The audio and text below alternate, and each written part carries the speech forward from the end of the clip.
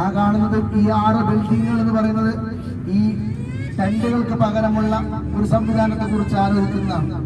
റൂമുകൾ എന്തായാലും ഹജ്ജിന്റെ സമയത്ത് ഇഹ്റാമിലായിക്കൊണ്ട് റൂമുകൾ അത്ര നല്ല കാര്യമല്ല എന്നതുകൊണ്ടാണ് ഇത്രയും സ്ഥലങ്ങൾ വെച്ചുകൊണ്ട് ടെന്റുകൾ നിർമ്മിക്കുന്നത്. അതല്ലെങ്കിൽ ഒരു 100 ബിൽഡിംഗ് ഇവിടെ ഉണ്ടാക്കിയാൽ എത്രയോ ലക്ഷക്കണക്കായ ആളുകൾ ഉൾക്കൊള്ളാൻ സാധിക്കും. പക്ഷെ റൂമുകളായാൽ ഇഹ്റാമിൽ ഭാര്യ ഭർത്താക്കന്മാരെല്ലാം റൂമിൽ ഒരുമിച്ച് നിൽക്കുന്നത് ഹറമിനെ കളങ്കപ്പെടുത്താൻ അത് ഏറെ സാധ്യതയുള്ളതിനാലാണ് അത്തരം സംവിധാനങ്ങളിൽ നിന്ന് ഭരണകൂടം മാറി നിൽക്കുന്നത്. ഇനി ജംറകൾ എന്ന് പറയുന്നത് ജംറ 3 ജംറകളാണുള്ളത്.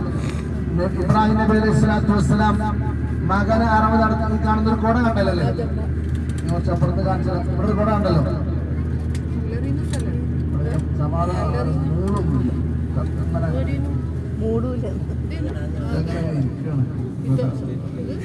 മൂന്ന് ജംറകളാണുള്ളത്. ജംറത്തുൽ അഖബ, ജംറത്തുൽ വുസ്ത, ജംറത്തുൽ ഊല എന്ന് പറയുന്ന 3 ജംറകളാണുള്ളത്.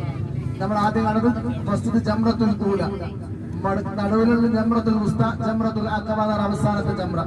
പെരുന്നാളിന്റെ അന്ന് സുബഹിന് ശേഷമാണ്, വലിയൊരുനാളിന്റെ അന്ന് സുബഹിന് ശേഷമാണ് ജംറത്തുൽ അഖബയെ എറിയേണ്ടത്. 7 കല്ലുകൊണ്ടാണ് എറിയേണ്ടത്. ഇബ്രാഹിം നബി അലൈഹി സ്വലാത്തു വസ്സലാം മകനെ അറവ് നടത്താൻ വേണ്ടി കൊണ്ടുപോകുന്നത് അറിഞ്ഞ ഇബ്ലീസ് അവരെ പിഴപ്പിക്കാൻ വേണ്ടി പിന്നാലെ കൂടിയപ്പോ അവരെ എറിഞ്ഞാട്ടിയതിന്റെ സ്മാരകമായിട്ടാണ് നമ്മൾ ഇന്ന് എറിയുന്നത്. ഇന്ന് അവിടെ ഇബ്ലീസ് ഉള്ളത് കൊണ്ടൊന്നുമല്ല, ഇബ്ലീസ് എല്ലാ സ്ഥലങ്ങളിലും ഉണ്ട്, അവിടെ ഉണ്ടാവാം. പക്ഷെ ആ എറിയുന്നത് നമ്മുടെ മനസ്സിലുള്ള പൈശാചികതയെ ഒരു പ്രതീകാത്മകമായ രീതിയിൽ അകറ്റുന്നത്, എറിഞ്ഞോടിക്കുന്ന ഒരു രംഗമാണ് ഉള്ളത്.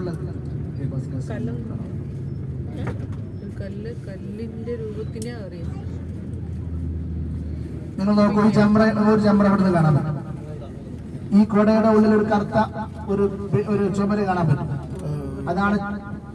അതല്ല ജംറ. അത് ജംറ ആ ഒരു കറുത്ത ഒരു ചുമരാണ്. അതിന്റെ ഇടയിൽ ഇങ്ങനെ ഒരു മതിലുണ്ടാവും. ഇങ്ങനെ ഒരു മതിൽ അവിടെ അടുത്തു പോയ ആളുകൾക്ക് മനസ്സിലാവും. ഇതിന്റെ ഉള്ളിൽ കല്ല് നമ്മൾ ഇടുമ്പോൾ ആ താഴെയുള്ള സ്തൂപത്തിലേക്ക് ഇത് മുകൾ ഭാഗമാണ്. ഇതൊക്കെ മുകൾ ഭാഗമാണ്.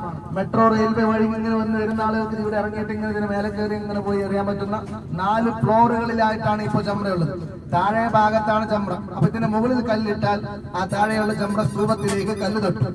കാരണം എല്ലാവർക്കും ഒരുമിച്ച് എറിയുക എന്നത് സാധ്യമല്ല. എല്ലാവരും താഴെ ഭാഗത്തിലൂടെ പോയാൽ അപകടങ്ങൾ ഉറപ്പാണ്.